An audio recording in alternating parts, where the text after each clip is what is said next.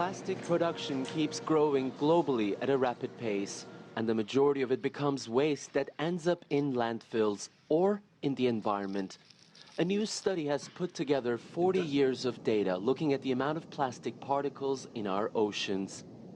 It's revealed a dramatic increase since 2005, with the amount of plastic waste ultimately reaching more than 170 trillion on average. And that doesn't include things that are smaller than 1/3 millimeter, the dust-sized particles. That doesn't include anything on the sea floor or on beaches worldwide, or in mountains, rivers, and lakes, or the roadside worldwide. There's a whole lot more. The research argues that number could nearly triple by 2040 if no action is taken.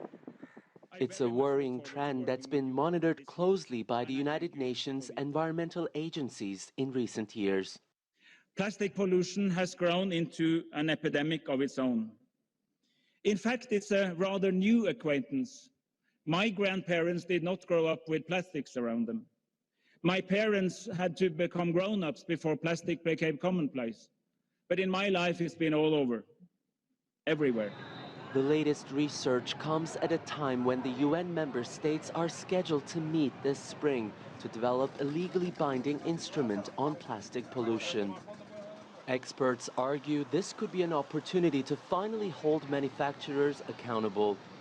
There's got to be some producer responsibility. Either you pay for the cleanup or you retool your system so you can design better products that we can actually recycle economically, or you agree to buy the recycled stuff. And those two things, that hits directly at the bottom line for the manufacturers making plastic products and packaging. If they have to put recycled material into the new products, activists are pushing to switch the focus from recycling to restrictions on using non-degradable materials. It's our only hope, they say, to save the oceans from irreversible harm on the marine biodiversity, economic livelihoods, and human health. Ediz Tiyansan, CGTN, Los Angeles.